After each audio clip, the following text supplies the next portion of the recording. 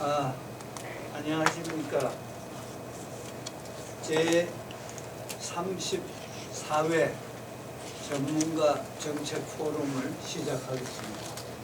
오늘 발표하실 분은 여러분들이 잘 아시는 왕선택 박사님의 북미 핵협상 국면 전환 요인 분석 서브타이틀 한국 정부 역할을 중심으로 발표를 하시겠습니다. 토론자는 6명인데 간단하게 토론자를 오른쪽부터 우리 경남대 국토문제 이병철 박사, 그 다음에 문관현 부장님, 그 다음에 김영준 국방대학원 안보보장 연구소 대학원, 예, 제대로 하는군요. 그 다음에 김보미 박사 국가 안보전략 연구원, 그 다음에 우리 잘 아시는 우리 정옥식 대표님, 평화네트워크 여러분들 너무 잘 아시고, 그 다음에 곽승기 박사 오랜만에 웰컴 투 더 클럽. 그 다음에 우리 발표자 우리 왕선택 박사님. 그러면은 한 40분 동안 발표를 듣고 토론에 들어가겠습니다. 자, 부탁드립니다.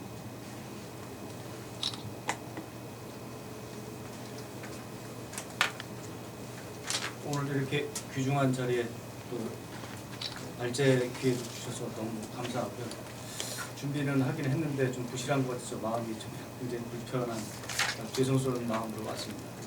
발표하는 과정에서 제가 생각하고 있는 부분을 좀 더 명확하게 설명할 수 있도록 노력하겠습니다. 제목이 북미 핵협상 국면 전환 요인 분석이고 한국 정부 역할을 중심으로 그렇게 되어 있는데요.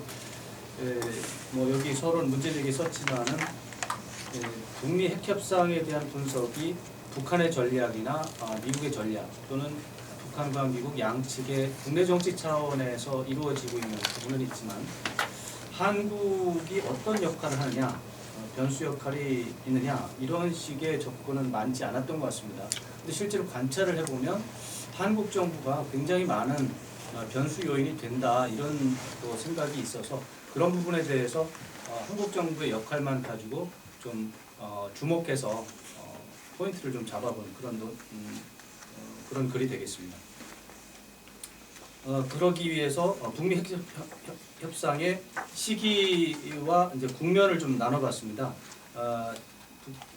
북미 핵협상이라고 하는 것은 1993년도 3월 제1차 북핵 위기를 이제 시발점으로 본다면 그 직후에 이제 북미 간의 기본 합의문을 위한 협상이 있었기 때문에 그것을 시발점으로 해서 가장 마지막에 트럼프 대통령의 하노이 정상회담까지 좀 구분을 해보니까 시기 구분이라고 하면 크게 5개 정도로 구분을 좀 해봤습니다.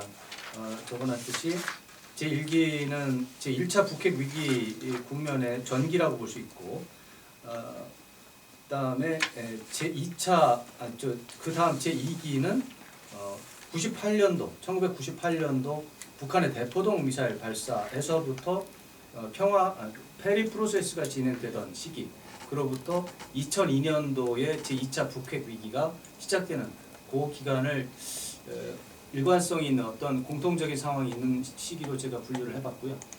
그다음에 2002년도 제2차 북핵 위기가 시작된 이후에 그것이 계속해서 이제 국면이 상당히 오랫동안 이어졌다고 생각을 합니다. 그래서 그것을 대응하기 위한 제6자 회담이 있었고 6자 회담이 한 10년 동안 이어졌는데 뭐 10년까지는 아니라고 할지라도 한 6, 7년 정도 있었는데 그 기간이 성격이 다른 부분 국면이 3개가 있어서 그 부분은 하나의 시기로 제3기로 나눠볼 수 있지만 국면은 3개로 그렇게 나눠봤습니다.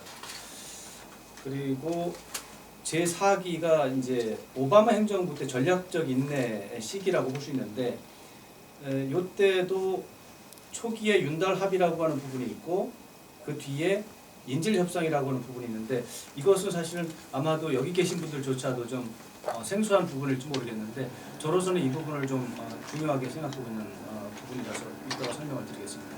마지막으로 제5기는 트럼프 행정부 시기인데 최대 압박과 관여라고 하는 타이틀 속에서 진행이 됐습니다. 4년 동안 중에서 싱가포르 회담이라고 하는 시기와 또 하노이 회담이라는 시기는 좀 국면이 좀 달라서 구분을 해서 이렇게 해서 9개로 구분을 해서 각각의 특징을 좀 보고 특히 그 가운데 잘 됐는지 못 됐는지라는 차원에서 한국 정부가 어떤 역할을 했는지 이런 질문을 계속 던지면서 이제 각 국면을 분석하는 그런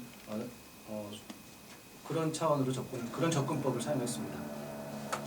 먼저 국면 1번을 좀 보겠습니다. 제네바 협상이라고 제목을 달아봤고요. 시기는 이제 93년도 3월부터 94년 10월까지 이루어진 것이죠. 이 상황에 대해서는 뭐 모두들 다 알고 있는 부분인데 여기서 하나의 특징은 93년도 5월 17일 날 예비 접촉이 있었고 93년도 6월 2일 날 제1단계 고위급 회담이 이제 시작이 된 것이고요.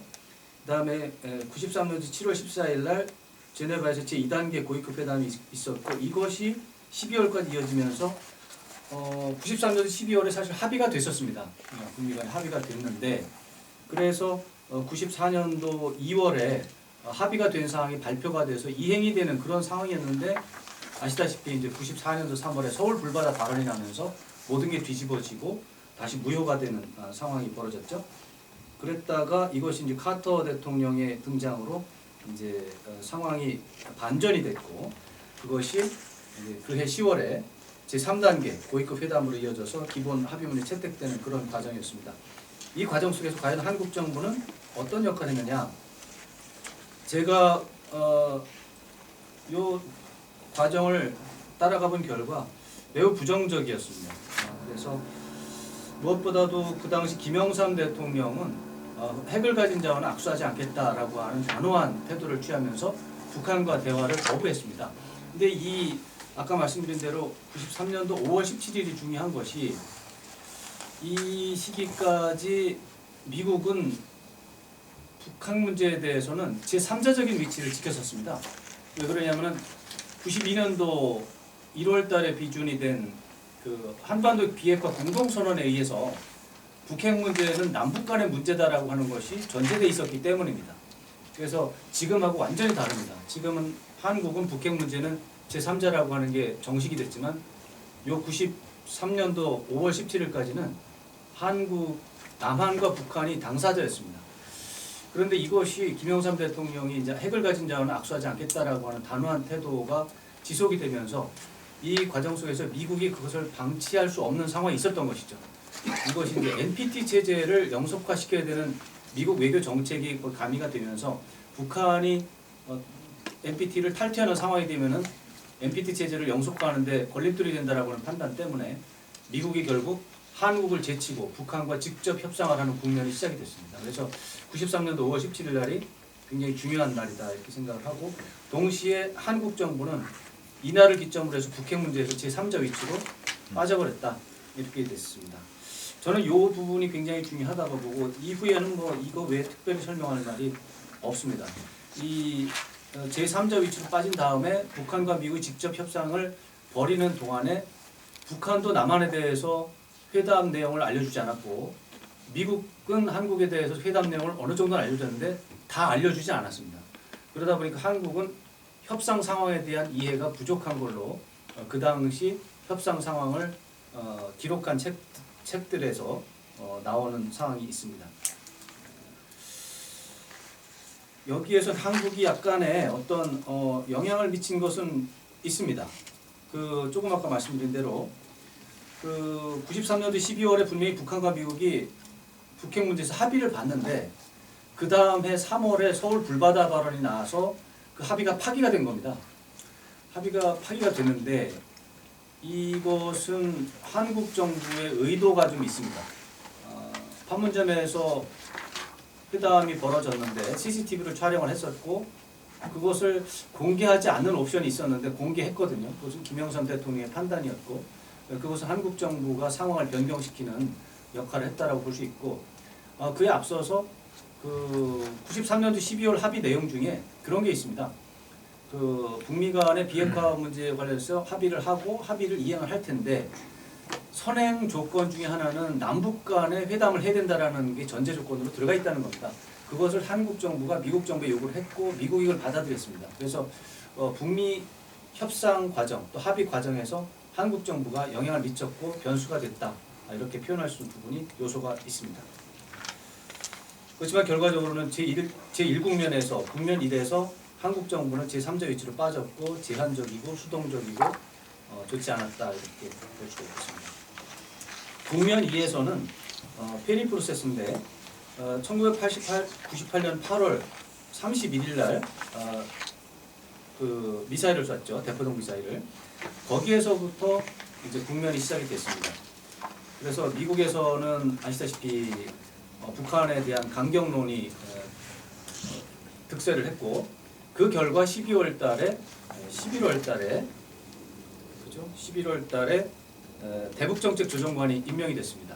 그 윌리엄 페리 대북정책조정관이 임명이 됐을 때 윌리엄 페리 전 장관은 북한에 대한 강경론을 펼친 것으로 되어 있었습니다. 그렇지만 한국 정부와의 그 긴밀한 협의를 통해서 점차 온건한 방법, 포용적인 방법에 대한 이 어떤 아이디어를 계속해서 받아들이는 과정이 이어졌다가 결국에는 99년도 9월 15일 날이 되면은 그 포용적인 내용, 인게이지먼트, 포용적인 내용과 강경하고 단호한 내용, 그 어떤 강경책이 들어있는 내용을 동시에 담은 페리 프로세스를 작성하게 되고 그러나 순서는 외교를 먼저 한다 하는 그런 골격을 가진 페리 프로세스가 나왔는데 이것이 바로 한국 정부의 제안에 의해서 제안을 페리 조정관이 받아들인 결과라는 점에서 한국 정부가 영향을 많이 미쳤고 그 결과가 미국에도 영향을 미쳤고 북한에도 영향을 미쳐서 결국 좋은 결과가 나온 케이스다 이렇게 분석을 해보고 싶습니다. 그 다음에 9페이지 국면 3을 보겠습니다. 제2차 북핵 위기인데 아시다시피 2002년도 10월 달입니다. 그런데 이게 네오콘 미국에서 2001년 1월에 출범한 부시 행정부가 네오콘 세력에 의해서 주도가 되면서 빌 클린턴 대통령 말기에 시작된 또 페리 프로세스에 의해서 마련된 어떤 그런 온건한 국면이 뒤집어지는 상황이 벌어지기 시작한 것이죠. 결국 2002년도 10월 달에 북핵 위기가 생겼고 결국 이후에 위기 국면으로 되고 그걸 막기 위해서 육자회담을 통해서 북한과 미국이 참여하는 육자회담이 돼서 북한과 미국이 그냥 어색하게 협상을 하기는 했는데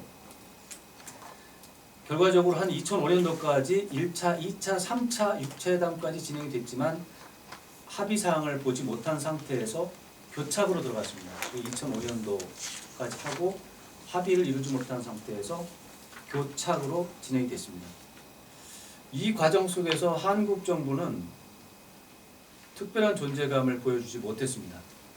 왜냐하면은 2003년도 3월에 이제 4월에 육자회담의 전신이라고 볼 수 있는 이제 남쪽은 빠졌고 북한과 미국과 중국이 참여하는 3자 회담이 이제 베이징에서 열립니다.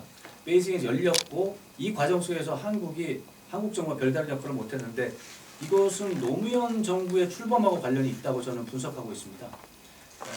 2003년도 2월에 노무현 정부가 출범을 했는데 기본적인 거는 조지 부시 행정부의 네오콘 때문에 상황이 부정적으로 돌아간 건 사실이지만 이 상황 속에서 한국 정부가 존재감을 보이지 못한 이유는 2003년도 2월에 출범한 노무현 정부가 대북송금 특검이라고 하는 부분 때문에 2월, 3월, 4월 거의 이 황금 시간에 북한하고 협의가 이루어지지 못했습니다. 북한하고 소통이 거의 단절된 상황이었습니다. 그 상태 속에서 제2차 북핵 위기가 통제되지 않고 수습되지 않은 상태에서 악화가 되는 상황이 이어졌습니다. 그러다 보니까 중국이 적극적인 역할을 하게 되고, 그러니까 베이징에서 3자 회담을 소집하면서 거기에 북한과 미국이 응해서 회담이 이루어지고, 그걸 기초로 해서 결국 육제회담으로 발전되는 양상이 벌어졌거든요. 한국은 그 과정에서 육제회담의 일부로 들어가는 그런 양상이었기 때문에 다시 한번 주변부로 빠져버렸다. 이것은 저는 노무현 정부 초기에 대북송금 특검이라고 하는 부분, 그것이 남북 간의 소통의 차단으로 이어지면서 한국 정부의 역할이 소외됐다, 이렇게 해석할 수 있는 부분이 되겠습니다. 결국 그런 상황 속에서 육제회담이 3차례 진행이 됐지만 결과가 성과를 거두지는 못했다, 이렇게 보고, 네, 거기까지 말씀드리고요. 네, 다음에 국면 4가 됩니다. 육제회담 중기로 볼 수가 있는데 2005년도 1월로 잡았는데, 이것은 이 조지 W 부시 행정부의 제2기가 출범한 시기였습니다. 그런데 이 시기에 어떤 문제가 있냐면 콘돌리자 라이스가 국무장관으로 임명된 사실입니다. 1기의 장관은 콜린 파월 장관이고 제임스 켈리 동아태 차관보가 육제회담 발표를 했는데, 이 국무부 자체가 네오콘에 의해서 완전히 포위가 된 상태이기 때문에 국무부의 목소리가 전혀 없이 백악관과 국무부 또는 어떤 재무부에 있는 네오콘 세력이 대북 정책까지도 좌지우지하면서 국무부 장관이 힘을 발휘하지 못하는 그런 국면이 이어지다가 콘돌리자 라이스가 국무장관으로 임명이 되면서 라이스 장관의 의사가 대북 정책에 영향을 미치는 상황이 이제 조성이 됐습니다. 그때 라이스 장관은 제가 봤을 때는 북핵 문제 해결에 대한 의지를 가지고 있었습니다.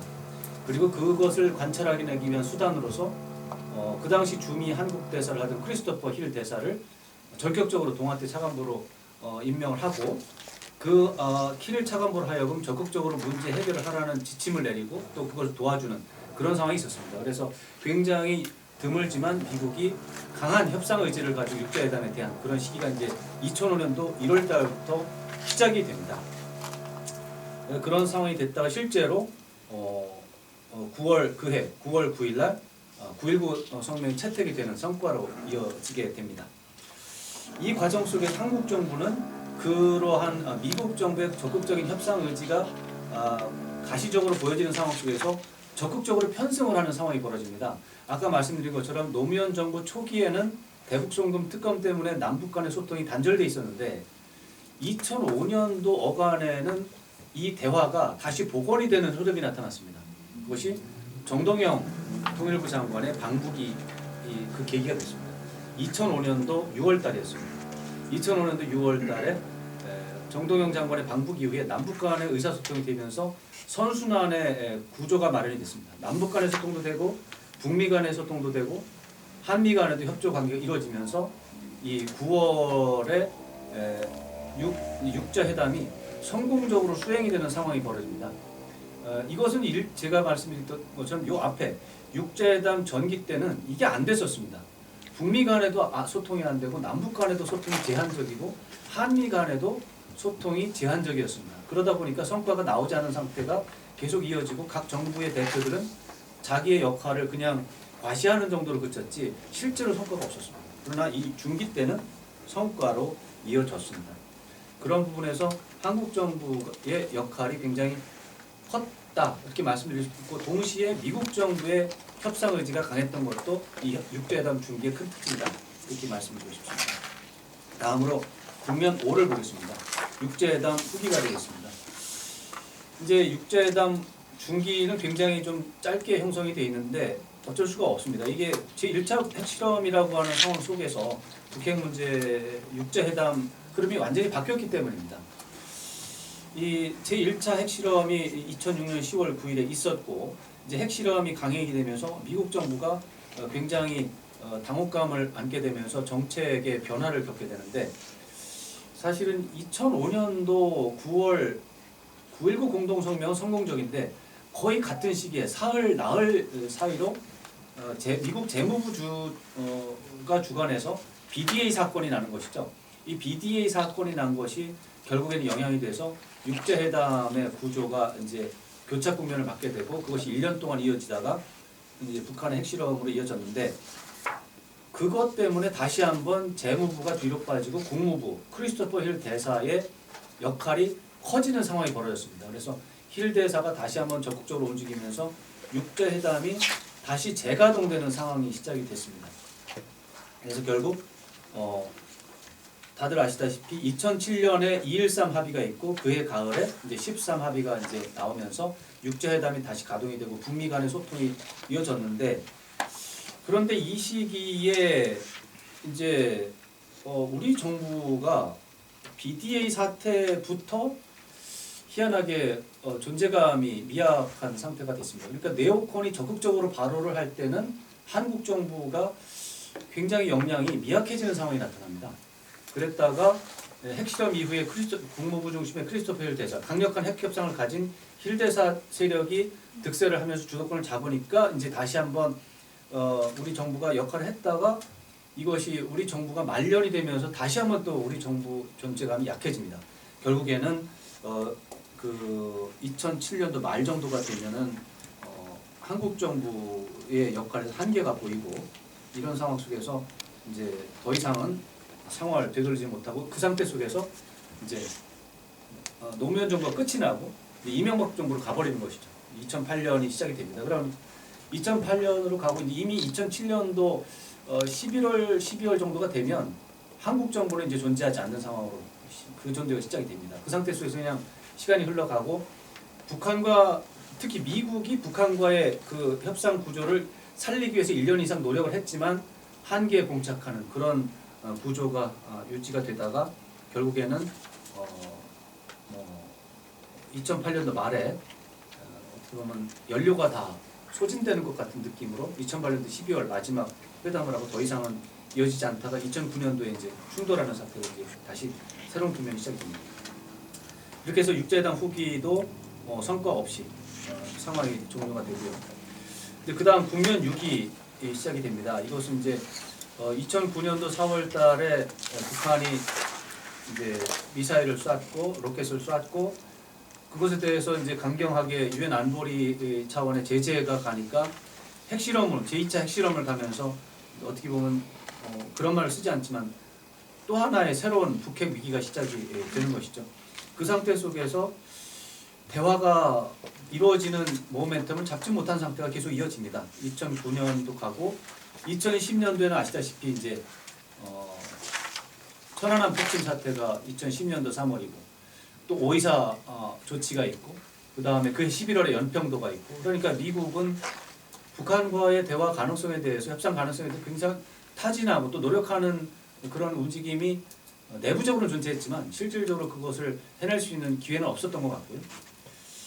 그랬다가 2010년 12월에 변화가 생깁니다. 여기에도 제가 조금 적어놨는데 이게 변화가 왜 생겼냐면은 연평도 포격 사건이 11월 23일 날 벌어진 것이고 이에 대해서 당일날 적극적인 보복 조치를 하지 못한 이명박 대통령 정부가 그 이후에 비난을 받는 상황이 벌어졌죠. 그래서 그런 비난 여론에 반응하기 위해서 북한에 대한 보복 조치를 사후에라도 하기 위해서 12월 달 말에 연평도 인근에서 대규모 해상 사격 훈련을 이제 준비를 하죠. 근데 그 해상 사격을 할 때 소문이 굉장히 과도할 정도로 군사 작전을 벌여서 북한의 어떤 대응을 유도를 한 다음 그 다음에 보복을 하는 이런 시나리오를 염두에 두고 대규모 해상 사격 훈련을 진행한다 이런 소문이 있었습니다. 근데 이런 소문에 미국이 반응을 했는지 12월 말에 그때 그 미 합참 의장이 단독으로 급히 한국을 방문하는 상황이 벌어집니다. 수행 기자가 2명 딱 왔습니다. 그리고 수행원도 거의 1명인가 2명밖에 안 오고 거의 그냥 급하게 막 서둘러서 온 그런 출장이 있었고 그때에 한미 이제 군 당국 간 협의를 통해서 국지전에 대한 한미 간의 이제 협조에 대한 합의 사항이 발표가 됩니다. 그게 이제 한미 동맹 강화 차원이고 군사 안보 강화인데 결국에는 국지전이 벌어질 때 한국과 미국이 같이 작전한다라는 개념으로서 한국이 독자적으로 작전하지 못하게 만드는 어떤 굴레를 씌운 합의였습니다. 그리고 그 내부적으로 공개되지 않은 그런 제가 그때 제가 아는 합참 의장을 따라온 기자가 로이터 통신 기자인데 제 친구였습니다. 제 친구가 저에게 이제 알려준 내용에 따르면 이 미국 합참 의장이 오바마 대통령의 명을 받고 한국 정부를 통제하기 위해서 왔다 이런 식으로 설명을 하더라고요. 그리고 실제 내용도 보니까 지금 말씀드린 것처럼 국지전 상황에서 한국과 미국이 공동으로 작전한다는 말의 뜻은 한국군이 독자적으로 작전하면 안 된다로 미국에서는 받아들인다고 설명을 하더라고요. 그러면서 미국 정부가 오바마 정부가 이명박 정부의 대북 정책에 대해서 굉장히 불신하는 상황이 발생을 하는 것이죠. 그 이후부터 오바마 정부는 이명박 정부의 권고, 다시 말해서 이명박 정부는 북한에 대해서 강경 정책을 하고 있으니까 오바마 정부가 북한에 대해서 대화를 하면 양쪽 다 효과를 거둘 수 없다. 그러므로 이명박 정부가 추구하는 강경한 정책에 오바마 정부는 편승하거나 방해를 하면 안 된다라고 하는 이 부분에서 그동안은 협조적이었다가 지금 말씀드린 2010년 12월 요 상황 이후에는 이제 한미 간의 불신이 생기면서 오바마 행정부가 북한과의 대화와 협상을 이제 적극적으로 모색하는 상황이 시작이 됩니다. 그래서 2011년 3월에 그 당시에 대북정책 특별대표인 스티븐 보스워스 대표가 북한과의 대화 협상 계획을 발표하고 실제로 7월에 북한과의 대화를 협상을 시작하는 국면이 시작이 되는 것이죠. 2011년 7월에 뉴스에도 잘 안 나왔고 그 이후에도 평가는 잘 받지 못하지만 북미 대화가 시작이 됐습니다. 그래서 2011년 11월, 7월과 그해 말, 그 다음에 2012년 2월에 세 차례에 걸쳐서 고위급 회담이 이루어졌고 그 결과가 2012년 2월 2.29 합의가 되겠습니다. 근데 여기에 제가 이제 한국 정부 역할에 대해서 좀 적어놨습니다만 이명박 정부는 이런 상황 속에서 내내 비협조적이었습니다. 비협조적이었고 오히려 방해를 한 게 아닌가 이런 생각을 제가 좀 한 게 있는데 구체적인 증거는 없어서 여기 이렇게 반영은 하지 않았지만 대체적으로 오바마 정부가 초기 단계부터 북한과 대화를 하려고 했으나 초기 단계부터 계속해서 반대하고 그것을 어떻게 보면 지연시키는 역할을 했다가 이제 결국에는 오바마 정부가 그것을 뿌리치고 대화를 하는 상황까지 이루어졌지만 그 대화 속에서 이제 한국은 북미 간의 대화 속에서 빠져 있는 이런 상황이 되는 것이죠. 다시 한번 남한 정부는 북미 간의 대화 그리고 북핵 문제 해결이라고 하는 어떤 틀 이런 속에서 제외가 되는 소외가 되는 이런 상황이 벌어져서 저는 굉장히 좋지 않은 상황으로 저는 평가하고 있습니다. 그 다음에 이제 국면 7을 보겠습니다. 인질 외교라고 이름을 붙였는데 이것도 거의 주목받지 못하는 상황입니다만은 요거는 조금 더 자세히 살펴보겠습니다. 2012년 4월에 이제 북한이 장거리 로켓 발사를 해가지고 북미 간의 대화가 깨졌고 합의가 파기됐고 실제로 워싱턴에서는 북한과의 대화를 주장하는 관료나 전문가는 완전히 사라져버렸습니다. 완전히 북한 문제에 대한 피로감, 북한 당국에 대한 혐오감 이런 것들이 완전히 자리해가지고 그냥 북한은 도리 없다, 압박하는 거 외에는 방법이 없고 결국 이명박 정부의 말이 맞다라고 하는 굉장히 회의론이 워싱턴을 감쌌습니다. 글린 데이비스 대표가 이 당시 협상을 했는데 글린 데이비스 대표가 북한에 속았다라든가 준비를 잘못했다라든가 이런 식의 나이브했다라든가 이런 인신공격까지 받았기 때문에 아주 분위기가 안 좋았죠. 안 좋았는데 그 2013년도 이어지고 근데 2014년 초에 케네스 베라고 하는 분이 이제 북한의 인질로 잡혀가면서 억류되면서 이게 장기화되면서 케네스 베를 석방시켜야 되는 게 아니냐 어떤 식으로든 이런 것들이 이제 다시 한번 오바마 행정부의 북한과의 협상 의지를 자극하는 계기가 됐던 것 같습니다. 그래서 지금은 백악관 대변인으로 가 있는 젠 사키 대변인, 그 당시 국무부 대변인이었는데 이 국무부 대변인이 갑자기 2014년 1월 달에 케네스 배 석방에 대한 과 관련한 이 부분에 대해서 그냥 평소처럼 질문했는데 아주 너무나 자연스럽게 그거 우리 대화하고 있는데 지금 약간 좀 일정이 틀어졌다 이런 식으로 갑자기 말이 콕 나왔습니다. 그때부터 이제 북미 간의 이게 대화 협상 이게 굉장히 심각한 거구나 이런 식의 이때는 제가 이제 워싱턴에서 특파원을 하고 있었기 때문에 이 분위기를 좀 알고 있습니다. 그래서 굉장히 이게 겉으로 보이는 것보다도 굉장히 대화를 하고 있구나, 미국이 협상 의지가 있구나 해서 이제 그 상황이 진행이 되는데, 이 상황에 그 다음에 또 북한에 옹립된 미국이 두 명이 더 늘어버렸습니다. 그래서 이제 덩치가 커집니다. 그러면서 이게 뭐지 하는 상황 속에서 8월 중에 미 정보기관 관계자들이 군용기를 이용해서 북한을 비밀리에 방문했다. 괌에서 군용기가 출발을 했고 굉장히 비밀리에 북한을 방문을 했고 인질 석방 문제를 협의했다. 이제 이런 보도가 이제 2014년 8월에 보도가 된 것이죠. 그런데 그 뒤에 서울의 한 외교소식 등이 이걸 또 확인을 합니다. 8월 16일 날 그런 사실이 있었다. 이렇게 됐고, 그런 상황 속에서 북한이 10월 22일 날 그 3명의 인질 가운데 한 명인 제프리 파워를 그냥 확 석방을 해버렸고, 11월 8일 날 케네스 베와 매튜 토드 밀러가 석방됐다고 됐는데, 이 석방 교섭을 한 사람이 이제 미국의 국가정보국장 제임스 클래퍼였습니다. 사실 그때는 그냥 그런가 보다 저런가 보다 하면서 그냥 넘어갔지만, 돌이켜서 생각해 보면 미국의 국가정보국장이 그 엄혹한 상황 속에서 평양을 방문해서 인질 석방을 위해서 북한과 협상을 하고 했다는 것은 굉장히 큰 문제였는데, 그런데 그때 당시에도 평가가 별로 없었고, 지금도 그냥 이 부분을 자꾸 잊어버리는 것 같습니다만, 이런 것들이 오바마 행정부의 대북 정책을 전략적 인내라는 이름으로 치부하면서 그냥 북한 문제를 방치했다라고 하는 평가가 맞는가? 저는 그게 아니다. 오바마 행정부는 8년 동안 나름대로는 노력을 했다.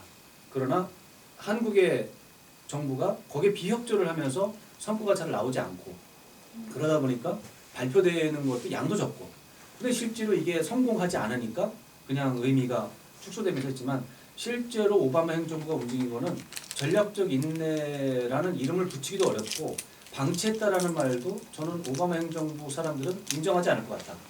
그래서 지금의 바이든 행정부 사람들도 거의 같은 사람들인데, 아마 북핵 문제를 오바마 행정부 시기에 방치했다라는 말에 대해서는 동의하지 않을 것 같습니다. 이런 부분에 대해서 좀 재조명이 필요하다, 이런 차원에서 좀 한 거고요.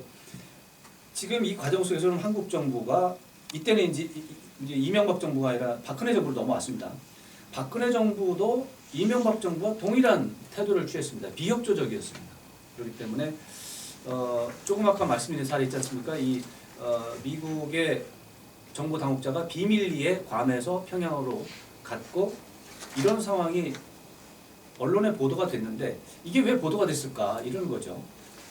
저는 한국 정부가 비협조를 한 게 아닌가라는 말 속에 이 부분도 들어가 있는 게 아니다. 다시 말해서 북미 간의 비밀 협상이 진행되고 있는 것을 한국 정부가 사후에 캐치를 한 다음 그것을 방해하려고 이렇게 한 것이 아니냐, 이런 생각까지 해볼 수가 있겠습니다. 이건 증거는 없습니다만 이거는 이제 언론인으로서의 감입니다. 한국 정부가, 박근혜 정부가 북미 간의 물밑 접촉에서 배제된 상황이 있었고 그 부분에 대한 불쾌감을 표명한 게 아닌가, 이런 판단을 해볼 수 있는 상황이고요. 그 다음에 이제 국면 8을 보겠습니다. 이제 오바마 행정부 시기는 지나가고 이제 트럼프 시기가 왔는데, 이제 싱가포르 북미 정상회담이라고 하는 국면인데, 이것은 뭐 이 과정은 모두가 알고 있기 때문에 이건 생략을 하지만, 한국 정부가 그야말로 촉진자 역할을 제대로 해내서 싱가포르 회담이 성사가 된 것이다. 이것은 한국 정부의 변수 요인이 매우 크다. 만약에 한국 정부가 기획하거나 노력하거나 준비하지 않았으면 싱가포르 정상회담 자체가 그거는 존재하지 않는 것이다. 이렇게 말할 정도로 이것은 한국 정부의 촉진자 역할 중에서는 그 1998년 페리 프로세스 국면 못지않게 모범적인 사례다, 이렇게 말씀드리고 싶습니다. 그렇게 말씀드리고 싶은 것 중에 제일 큰 거는, 이것이 시작되는 그 시작점이 2017년 12월에 그 문재인 대통령이 주한미군 철수와 관련하는 발언을 시작하는 데서 시작이 된 것이죠. 그 12월 한 20일 정도로 기억이 되는데, 월스트리트 저널인가요? 거기랑 인터뷰를 한 기사가 나옵니다. 거기에 문재인 대통령이 그 2018년 상반기로 예정이 되어 있는 한미연합 군사훈련을 동계올림픽 관련해서 연기하는 방안이라든가 이런 변화에 대해서 좀 생각하고 있다, 이런 언급이 나옵니다. 이런 언급이 나왔는데, 그런데 여기에서 사실은 시계를 더 돌릴 필요가 있는 게, 그 17년 11월 7일 날 그 트럼프 대통령이 방한을 했잖아요. 그 트럼프 대통령이 방한에서 있었던 한미 정상회담의 결과에 보면 이미 두 정상이 연합 군사훈련 문제에 대해서 협의를 했다라고 하는 뉘앙스가 나옵니다. 굉장히 흥미있는 대목인데 그거를 제가 찾지는 못해서 적어놓지 못했는데 나중에 기회가 있으면 적어놓겠습니다만 이미 11월 달에 한국 정부가 트럼프 대통령에 대해서 동계올림픽과 관련해서 북한을 유인하기 위해서 연합군사훈련의 일정을 변경하는 문제를 제안을 했다는 점을 아무리 늦어도 12월 달, 2012년, 17년 12월 달에는 증거가 있고 그 앞서서 11월 달부터 그런 게 지속이 됐고 그래서 이것은 한국 정부가 기획을 한 것이고 그 결과 2018년 평창 동계올림픽에서 우리가 알다시피 굉장히 많은 다이나믹스 있었고 그것이 트럼프 대통령의 국내 정치에 대한 판단과 연계되면서 화학적으로 갑자기 커지면서 싱가포르 회담까지 이어졌는데 뭐 당연히 이 과정 속에서 트럼프 대통령을 중심으로 한 미국의 국내 정치가 영향을 준 게 사실이고 그 순간에 트럼프 대통령의 협상 의지가 작동이 된 건 사실이지만 문재인 대통령의 또 문재인 대통령 팀의 북미 협상 촉진에 대한 의지와 노력이 기본으로 깔려 있고 계속해서 변수가 됐다 이렇게 생각을 할 수 있습니다.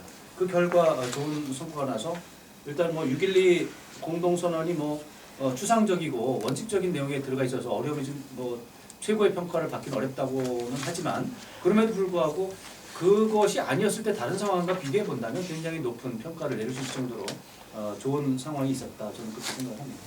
마지막으로 이제 국면 후 하노이 정상회담 결렬이 있는데 정말 안타깝게 생각합니다. 이게 2017년부터 18년에 이르기까지 우리 정부가 그렇게 기획도 잘했고 전략도 좋았고 또 상황 운영도 잘했는데 그 바로 뒤에 이어진 하노이 정상회담 전과 후 과정을 보면 너무나 무기력한 상황이 있었습니다. 하노이 정상회담은 북한과 미국의 회담이고 결렬이 됐고 이것은 뭐 어떻게 보면은 트럼프 대통령의 변덕이라고 하는 부분이 굉장히 큰 요소라고 하는 것은 뭐 부인할 수 없는데 그 이전에 왜 우리 정부는 트럼프 대통령이 변덕을 일으키는 상황에 대해서 이 감지가 안 됐는가? 미리 정보가 있었으면 그거를 돌리기 위한 노력을 했거나 아니면 김정은 위원장에게 사전 예고를 하면서 기대감을 낮추는 그런 걸 통해서 우리가 지금 보는 엄청난 실망감, 좌절감 이런 것을 좀 톤다운시킬 수 있었을 텐데 굉장히 큰 기대감을 갖고 그냥 하노이를 직진해서 곧바로 충돌해서 그냥 좌절해버리는 안타까운 상황이 벌어졌는데 우선적으로 하노이 정상회담이 시작되기 전에 트럼프 대통령의 변덕이 이루어지고 있는 상황에 대한 정보가 미약했다는 점이 일단 실패 요인으로 보고 또 하노이 정상회담 또 직후에도 김정은 위원장의 심리 상태가 굉장히 불안해졌고 어떻게 굉장히 이제 이번에는 김정은 위원장의 변덕이랄까요? 이제 심리적인 불안 상태가 상황을 악화시키는 국면에 이르렀을 때 그때 조금 더 우리 정부가 기민하게 움직였다면 지금과 우리가 보는 공동 연락사무소 폭발하든가 이런 아니면 삶은 소대가리 등등의 이제 심각한 상황은 벌어지지 않았을 것이다 이렇게 기대할 수가 있거든요. 이런 것들은 정보력의 부족이라든가 인내력의 부족 아니면 좀 너무 태만한 게 아닌가 이런 생각을 해봅니다. 그래서 하노이 정상회담 결렬은 당연히 북미 간의 문제지만 우리 한국 정부가 좀 무기력한 부분이 상황을 반전시키는 데 실패한 요인이다. 그래서 한국 정부가 변수가 됐는데 정보력 부족이라든가 여론전 미흡 같은 것으로 인해서 나쁜 결과의 하나의 원인이 됐다. 이렇게 좀 볼 수가 있습니다. 그래서 이런 것 지금 말씀드릴 것들을 이제 표로 좀 만들어 봤는데요.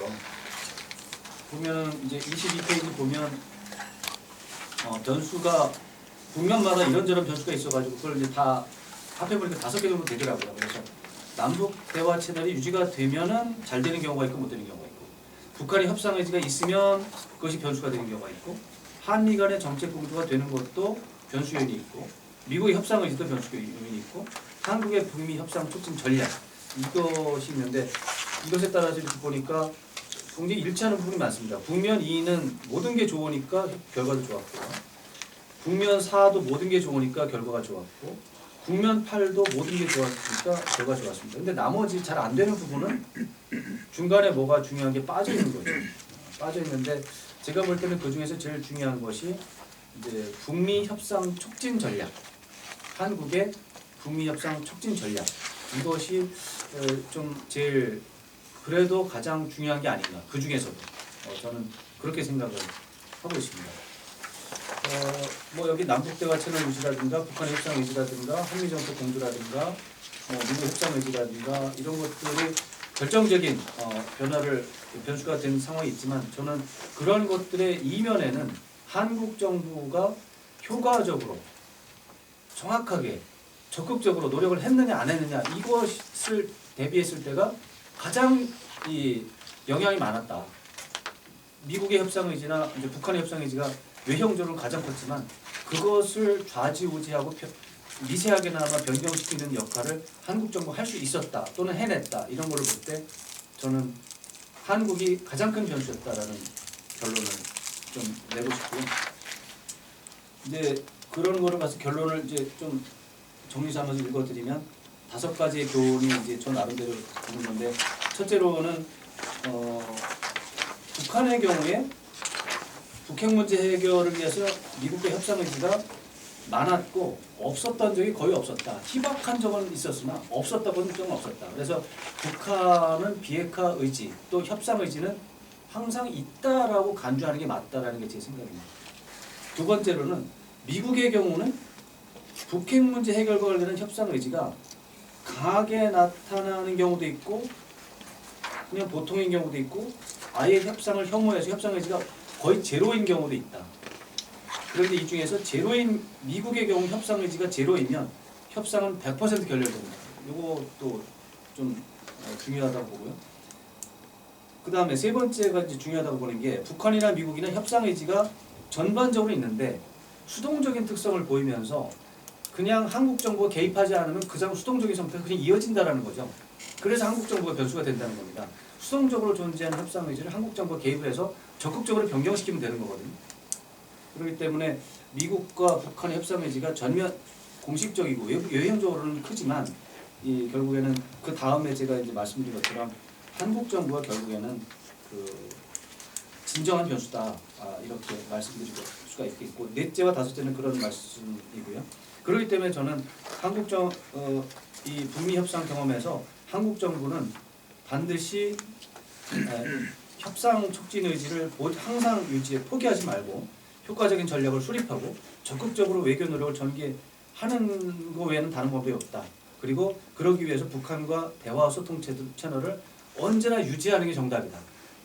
이것을 단절시키는 것은 결코 도움이 되는 게 아니다.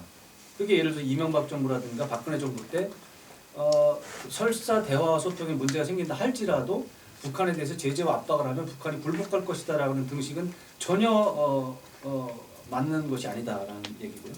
그 다음에 한국 정부는 미국과의 정책 공조를 언제나 최상급으로 유지해야 된다.